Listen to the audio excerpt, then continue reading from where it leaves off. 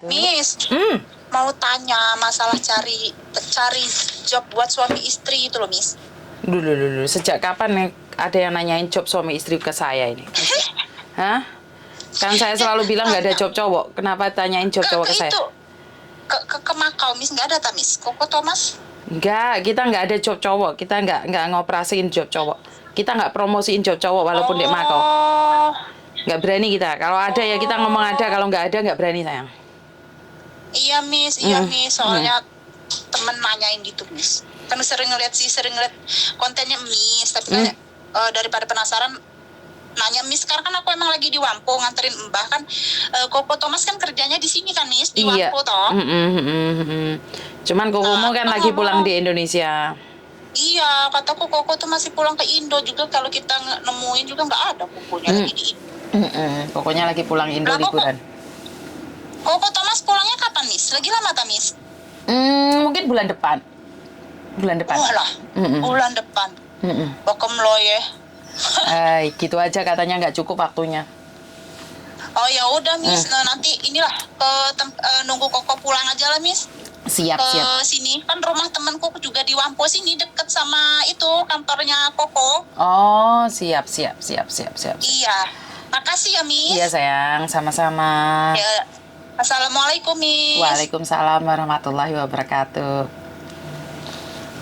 Oke, job cowok. Ternyata job cowok peminatnya memang lebih banyak ya. Dan sangat banyak. Ini adalah cara-cara orang menipu ini sangat mudah sekali. Sekarang itu saya memahaminya. Job cowok itu peminatnya banyak sekali. Job cowok itu kenapa bisa dijadikan oleh sindikat pendapatan yang banyak? Karena memang minimnya informasi, niat kerja yang tinggi, dan uang yang ada. Jadi niat kerja yang tinggi, uang ada, tapi minimnya informasi. Ini yang membuat kalian terperangkap dalam job cowok. Dan bagi Anda yang sudah ada di luar negeri, yang punya pekerjaan job cowok itu, di media sosial tuh memberikan iming-iming. Wih gila, aku ndek kene, aku saiki ndek Korea, aku saiki ndek Makau, aku ndek kene. Jadi mereka menceritakan seolah-olah semuanya itu baik-baik saja dan bagus, indah. Pokoknya jos gandos gitu loh. Jadi otomatis kan orang lain jadi tertarik. Tapi sekali lagi saya katakan, jika Anda minim informasi, maka Anda akan terjebak di situasi di mana para sindikat ini akan melancarkan caranya. Di mana cara ini yang sangat diminati sekali oleh para sindikat. Dan saya orang pertama yang selalu bilang tidak ada job cowok. Itu pun banyak orang yang masih mencari saya tentang job cowok. Berarti kan aneh toh? Saya orang pertama yang menentang tentang job cowok di Hong Kong, tapi ternyata saya yang selalu dicari. Nah ini kan aneh, fenomena yang sangat aneh. Sama juga saya bilang jangan, tapi kalian bilang nggak apa-apa. Bahkan kalian bilang bayar berapapun nggak apa-apa, Miss. Yang penting Miss Yuni mau prosesin. Ini kan sebenarnya kalian maksa saya supaya mengadakan bahwa mengiyakan kalau ada job cowok. Inilah yang saya sering kali merasa aneh dengan keadaan. Sebentar Mbak, sorry saya minum.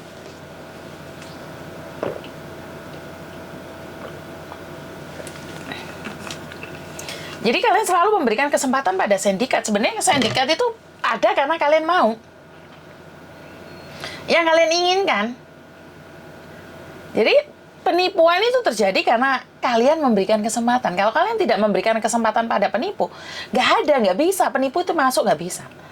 Seperti contohnya tiba-tiba kamu ditelepon dan mengatakan bahwa adikmu ditangkap karena jadi narkoba, seperti ini, seperti itu. Kan seolah-olah kita itu bodoh banget gitu loh Mbak. Ada polisi telepon dan random nanyain suamimu, adikmu, kakakmu, saudaramu ditangkap dan sekarang lagi di kantor polisi katanya dengan kasus tuduhan narkoba. Kenapa? Karena memang tidak ada edukasi yang mumpuni ya. Apalagi kalau kita orang kampung, kita tidak tahu informasi-informasi ini. Jadi kalau sudah berbicara tentang polisi, penjara, tentara, gitu kan takut toh. Jadi mereka menggunakan kekuatan seperti itu. Nah, di dunia modern itu lebih aneh lagi. Kenapa? Sudah tahu itu penipu malah ditanyain. Malah menyuruh si penipu itu insaf. Ya. Kalau saya pribadi, saya tidak bisa menyuruh penipu untuk berhenti penipu. Karena memang itu sudah pekerjaan basic mereka. Mereka nggak bisa apa-apa, mereka nggak bisa makan kalau nggak nipu.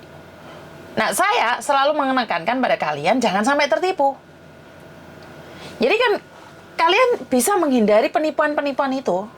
Kalau kalian ada niat untuk menghindari, kalau kalian nggak ada niat, nggak bisa. Karena niat itu dari kalian. Niat itu dari kalian sendiri, bahwa kalian tidak ingin ditipu.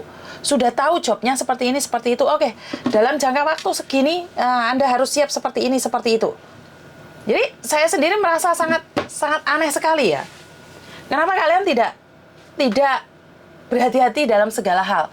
Tidak mawas diri. Kalau saya bilang tamak, bukan tamak ya. Cari pekerja ini bukan tamak ya. Karena minimnya informasi dan edukasi itu. Apalagi orang yang jauh dari apa ya, pengetahuan tentang pekerjaan di luar negeri. Ini yang membuat galau kan di situ toh.